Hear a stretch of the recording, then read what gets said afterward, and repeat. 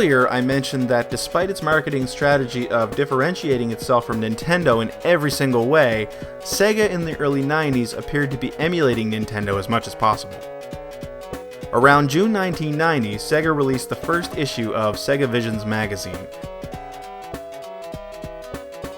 And like Nintendo Power 2 years before it, Sega Visions was really nothing more than a thinly veiled marketing tool, which grew out of a free newsletter Sega had been sending out to Master System owners since 1988, called Sega Challenge.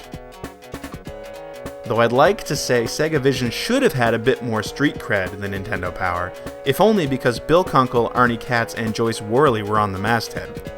Bill Kunkel was the father of video game journalism, and he, along with Katz and Worley, founded Electronic Games in 1981, the first true video game-focused magazine.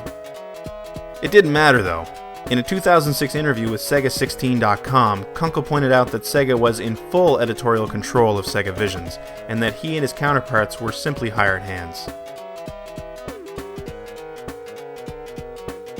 This first issue was pretty standard fare, lots of previews for upcoming Master System and Genesis games, with the announcement that the Master System 2 is on the way, as well as the impending release of games featuring Michael Jackson and Joe Montana.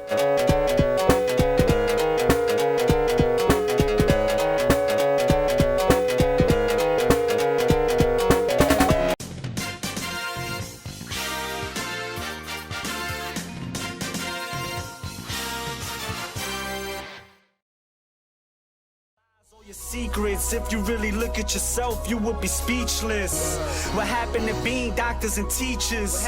What happened to being your brother's keeper? Nowadays, kids more worried about